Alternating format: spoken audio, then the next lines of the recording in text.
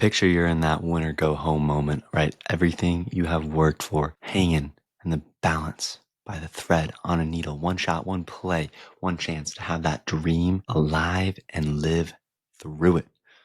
Now, some athletes are going to fold under the pressure. That's immense pressure. But the great ones, they're going to lean into it. They're going to use it. They embrace the intensity of that moment, knowing it is the opportunity to make history for themselves, for the team, for the sport. Today, we are going to break down the mindset and the mental exercises really needed to thrive when it seems like everything is on the line. This is going to be win or go home, mastering ourselves, our mind in the moment.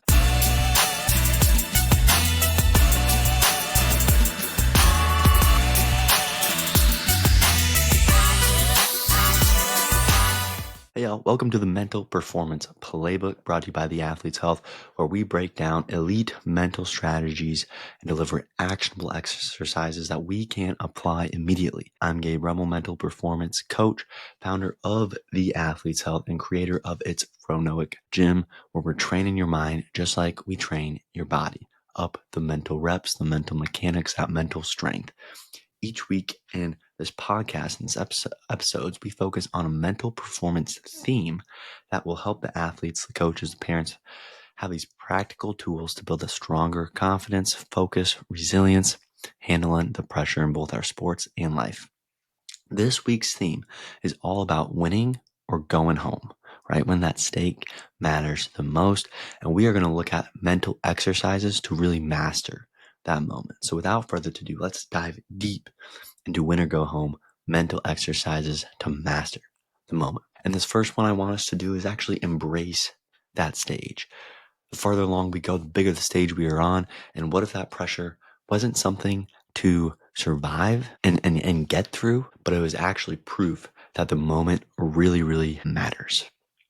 And that really is all that pressure is. It's just more proof. It's more stuff. It's more pudding. It's more things that we want, that we need to use to keep thriving, to keep going. That is what the pressure is. Sometimes it collapses us, but other times it can really help us out. And I want us to think about the classic 2016 Game 7 NBA Finals. LeBron James, Cleveland Cavaliers are playing the 73-9 Golden State Warriors. There's about 2 minutes left and less, and LeBron James makes that the block that we all know of. He folded instead of folding. He did not fold. He actually embraced the moment. He made it his stage, right? If we are in a win big or go home scenario, we got to tell ourselves this is the stage. This is where the legends are made. We don't need to fight the pressure. We need to be synergistic with it. Turn into a symbiote with that pressure. Embrace it. Okay, it's confirmation that the stake that we're in is real. That not everyone gets to that pressure, that we are there for a specific reason. We can take some breaths. Maybe it's 3 deep breaths. We ground ourselves, tell ourselves this is our moment, and we jump in. We have to take that leap of confidence when we're embracing the stage. But the first thing that we can conceptualize here is really to embrace that stage, because we're not just trying to survive when the pressure is here. And those teams, those athletes who seem to always handle that pressure, they are not just surviving, but they are using it as proof that that moment really matters. And this is where they are meant to be. They're adding to their proof. And that is the whole point of embracing the stage with our first exercise. This is the second exercise. And just to conclude, tell yourself this is where legends are made. Take a couple breaths to calm it down and just get back to playing what we're doing. Embrace the moment. It's your moment. This is where we are supposed to be, right? If we can't first put ourselves in that perspective, we are going to be setting ourselves for failure down the road. Now, if we want to add to this, we got our second exercise, and this is this backyard game reframe. Now, if you were imagining that it was just you and your best friend from the backyard back in the days, how are you going to be performing? Well, 1, there's going to be a lot less stress. And 2, we're going to be playing a lot more free. Kobe Bryant, before he came to America, he visualized games when they were in the pickup games of the park, and he'd use his offhands, he'd work on all his skills, but he'd visualize these. And as he kept leveling up, he kept thinking back to these moments when he was playing people in the park, working on the offhand, working on the other skills physically and mentally that he needed to do to add on to this. But he kept putting it in the position that it was with the buddies in the backyard. Not fans, not pressure, just straight up competition, him versus the enemies on the other team. Sometimes people on his own team, if that's what got him going. Now, this is a quick little mental reframe, but it allows him and allows us to stay locked in, to stay fearless when we're in it, so we can play and make those adjustments, make those quick movements, make those quick actions when we need to most. So we're not overthinking it because of the stage, because of the pressure, but instead taking it like a backyard game. So before we step into any critical moment, we can easily close our eyes and visualize, use the five senses of a backyard game, right? Block out the fans, block out the scouts, block out the pressure. It's just some raw, fun, intense competition. We can still come with that kill attitude, if you know what I mean. But this mental shift can help us shift from a little more anxiety of what is happening here and help us just perform like it's another rep, like it's just another batting practice, like it's just another kick that we're doing. It settles it down a little bit. If we start to just embrace this, see this, walk through it as a backyard game, and this is easy enough to do that we can practice this in practice, put ourselves in a game scenario, do the steps that we could do to keep it locked in, and then when we are scrimmaging, whatever the case, imagine that everyone's around and how we block them out so we can keep going through this for that number 2 backyard game reframe. Number 3, gentleman's bet. All right. If we could mentally reduce the stakes while still playing for something and keeping the intensity, would we? It's something that we can easily do. If we can find a balance of stakes, of risks and rewards, we can set ourselves up for something different. And that's what this gentleman's bet is. Gentleman's bet oftentimes is betting $1 on a play, betting $1 on a hole in golf, betting $1 on anything this or that.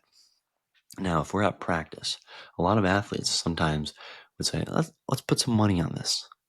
Gentleman's bet. Put $1 on who wins, who doesn't. It keeps the pressure even. It keeps some pressure there in practice. Makes it a little better. Maybe you're going to do running. But I say gentleman's bet because this is where the trick adds on a level. Because if we are betting running or picking something up at practice, right, we're not always going to bet money. But that's a little different because in the game, in the team, right, then we come all together. But at practice, we got to segment out because we got to play against each other. However, if during the game we think about it as another gentleman's bet, we literally put $1 on the table, and every day at practice we put $1 down on the bench. During the game, put $1 on the bench. Don't think about competing against the other team and their record or anything else. Think of it just like another scrimmage at practice with $1 down, because then we know we're not going to be running or anything. We know because we could psych ourselves out without, like, okay, we're not actually going to be running at the end of this, but we got this $1 on the table. We got our gentleman's bet for this game once again. Yes, of course, the pressure is more immense, and it does actually matter. But what we're working on is those win or go home stages when it matters the most, how we can still play with that intensity and dial it back, dial the pressure back, but then still play with the same amount of intensity. So if we use this gentleman's bet at practice, it'll help us practice with the same stakes, help us practice handling pressures. And we could also put running in there, but we always are focusing back on that $1, that gentleman's bet, so we can stay sharp, so we can stay loose. And then when we are in those much higher win or go home situations, we need some mental exercises. We can fall back on this gentleman's bet. Got this $1, it's right here. This is what we're playing for. Want us to forget all the pressure and go out there, play loose. This helps us if we need to lower or lighten that mental load, if we need to play a little more freely. Have that focus zone in, but also open, reduce that received pressure, that received risk, and just go out there, unlock the natural, fluid performance that we know we can do. Fourth one here that I want us to look at for exercises is a one shot, one play mentality. Okay, if we, instead of approach the whole game and all the pressure that's on that, approach each shot, each play each switch of the ball, each switch of the possession, as that is the single thing to focus on, and that's the single thing that mattered, what would happen? Because the clock's going to tick down, the innings are going to go out, we're going to run out of holes, and all of a sudden, the game's going to be over. And we see the whole thing. We see the whole high pressure situation as at the end, we need to win or lose. And we're focusing on that entire game. Now, that is a lot to put on our shoulders. A whole game's worth is a lot. But if we just look at one shot, if we look at one play, and then have nothing else matters, all of a sudden, all the weight that's on our shoulder, that we're shouldering, that we're trying to hold up, goes away. All of a sudden, it's not nearly as much. If it's one shot, if it's one play, if we're at the free throw line on a crucial play, if we're focusing on the whole entire game, that's going to be a lot. But if we're just focusing on, all right, this one free throw we need to make. If we're in the batter's box, ready to hit, but the game's getting close to being over and we need a run, well, if we're focusing on the whole entire game, that is a lot to process. But if we focus on just one more hit, like we're at batting practice for one more play, it narrows us in. It narrows what we need. It narrows what we do. So this is another mental exercise that we can think about in these high pressure situations that we can come back to. We compare any physical action, any movement to it to keep bringing us in. Maybe this is just that one. Just one is what we show. But it's one shot, one play. So then we treat each one like it matters and not the entire scale of the place that we are at for that time. And lastly, number 5 is eye on the fight and not the fear. And if we were focusing on the next action, not the outcome, that next swing, and not what's coming at us, we're going to have a whole change of direction of what we're looking at. A lot of UFC fighters, this is why I say fight and not the fear, say, yeah, stepping into the cage, it's a lot. It's a lot that you're thinking of, but you just have to think about the fight and what you can do. You can't think about the fear of maybe you're going to get knocked out. You have to go out there. You can't think about the belt. You can't think about the outcome. It's just the next strike. It's the defense that you're going to hold out. It keeps us locked in when those moments matter most and when we need to really look at what we're doing and what we're not doing. That pressure is going to hit. And when it does, we need to make sure we redirect or keep direct our thoughts, our performance on the action and not the stakes that we have. The fight that's right in front of us and not the fear and the what ifs of the go home. This is when we master these mental exercises. When we use these, we can look at not what happens if we lose, not what happens if we're playing scared, but instead just the very next move, the next step, the next shot, the next pass. Just the very next one in front of us, that fight, keeping the eye on that, on the steps in front, instead of the fear of the what ifs of the game's counting down. We need a couple more goals. We just need one more goal right now. Can't get a couple until we get one. And that is ultimately eyes on the fight and not the fear. If we walk through this and use the exercises of each time we think we're getting a little bit out of there or getting back in the head and thinking of the what ifs, we just bring it right back into, okay, next step. Use this all the time. I'm thinking, okay, we have to do this. We have to do that. Maybe at practice, we should do this. Oh man, we start to get worked up. Start to think, oh man, I missed that swing, missed this one. What do we do? It's the fight. It's the very next step. It's not the fear. It's not the what ifs. We don't let them take over, but it's the fight. Ultimately, throughout all of these, today, they were a little more conceptual. It was a little more visualizing. It was a little more thought processes instead of actionable exercises. So I want to run through these one more time, summarize the main 5 exercises that we had in one just super simple way to either add a physical routine to it, to add something, a thought to it, to add a breath to it, something that we can do that we can instantly use these, add them on top of our exercises. And this might be a new format that we do as we kind of rock through this, as we got some new TAH merch on the way. So number 1 was embrace the stage. And this was about looking at it as at the macro scale and leaning into it and wanting it. So if we're going to embrace the stage, say, this is where legends are made. If I'm trying to leave something, this is the moment. And if we don't do this, we're setting ourselves up for failure right away. So lean into it. Literally lean into some place that is there. And now this is the stage where we need to be. the best embrace it. Number 2 is the backyard game Reframe.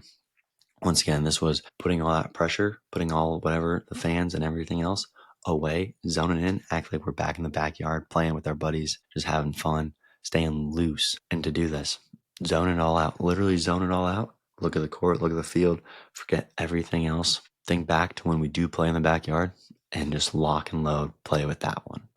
Number 3 is the gentleman's bet. Have practices leading up to the big win or go home moment. Play some dollars, bills down. Play for those. Add some running into, add some push, whatever you want to do, usually for the punishments or for the losers, because we do got winners or losers. So you can still add those in, but also have the dollar there. So then when we are in the high stake moment, we're not thinking just for the championship, just for the trophy, just for the state recognition, but we're thinking just for that dollar that we put on the table. And we know what it's like to play for that. We know how to handle that pressure. We may also know the pressure on to stay qualified, whatever else the case is. That might be a lot more pressure for us. And if we want to stay loose, if we need that help, gentlemen's bet it. 4th was one shot, one play. I like this one the most of just holding up one, just reminding people one. You just need the one more. It's not the big macro scale of the whole game or the whole inning or the whole quarter, the whole half. It's just the very next possession, very next play. Just get the very next one. I know we throw this one around, but then how do you get actually back into it? You need to tie one thing to it. Just hold up one. Just say, hey, one. And just remind ourselves with that one. And lastly, number 5, I am the fight, not the fear. This is where we can, if we're not using the one, we can start to overthink, overuse our what ifs. And that fear starts to really grasp us. But if we're in the win or go home moment, where we need the mental exercises the most, this is the last chance. Got to keep the eye on the fight. What's the very next thing we can do? Maybe we want to whip something else out and try it, like some UFC fighters bring out some crazy stunts. We can, but focus on the fight and not the fear. Ultimately, as we wrap up this deep dive into winning or going home, mental exercises to master the moment when that moment means the most, you have to know to scale it back, go one at a time, and use these 5 exercises to get through. If you like what you hear, check out the Athlete's Health, Gabriel TAH on the medias. Check out our Mental from Noack gym and get some exercises, some mental exercises to level up your game. Catch you next week.